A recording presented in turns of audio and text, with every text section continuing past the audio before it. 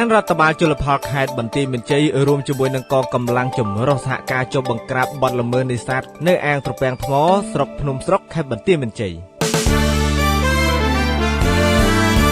បានថ្នាំកម្ចាត់ស្មៅដែលមានប្រសិទ្ធភាពខ្ពស់មិនចំណាយថវិកាច្រើនបាញ់តែម្ដងមានប្រសិទ្ធភាពដោះស្រាយបញ្ហាបានភ្លាមក្រុមហ៊ុននេះក្រី5ក្របប្រទេសសិនមាននាំចូលថ្នាំកម្ចាត់ស្មៅនិងថ្នាំសម្លាប់សត្វល្អិតដែលមានគុណភាពខ្ពស់ជួយដោះស្រាយបញ្ហារបស់ប្រជាកសិករបានយ៉ាងមានប្រសិទ្ធភាពដល់ជួននូវគុណភាពទំនុកចិត្តជូនកសិករដែលទំនងទិញតាមរយៈលេខទូរស័ព្ទខាងក្រោមនេះនៅថ្ងៃទី14ខែកក្កដាឆ្នាំ2026លោកលុញវុធីនាយខណ្ឌរដ្ឋបាលជលផលខេត្តបន្ទាយមានជ័យនិងមន្ត្រីជំនាញសហការជាមួយនឹងលោកអភិបាលស្រុកភ្នំស្រុកកងកម្លាំងប្រដាប់អាវុធមន្ត្រីបរិស្ថានមន្ត្រីអង្គការ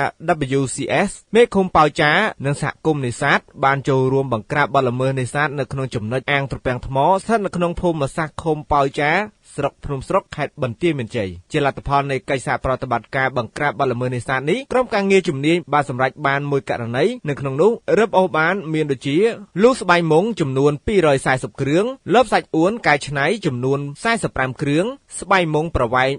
3500ម៉ែត្របង្គោលឫស្សីចំនួន120ដើមនិងបានចាក់លែងត្រីចម្រុះចំនួន100គីឡូក្រាមចំណែកឯឧបករណ៍នេសាទល្មើសច្បាប់ទាំងនោះត្រូវបានរុះរើនិងបំផ្លាញចោលនៅនឹងកន្លែង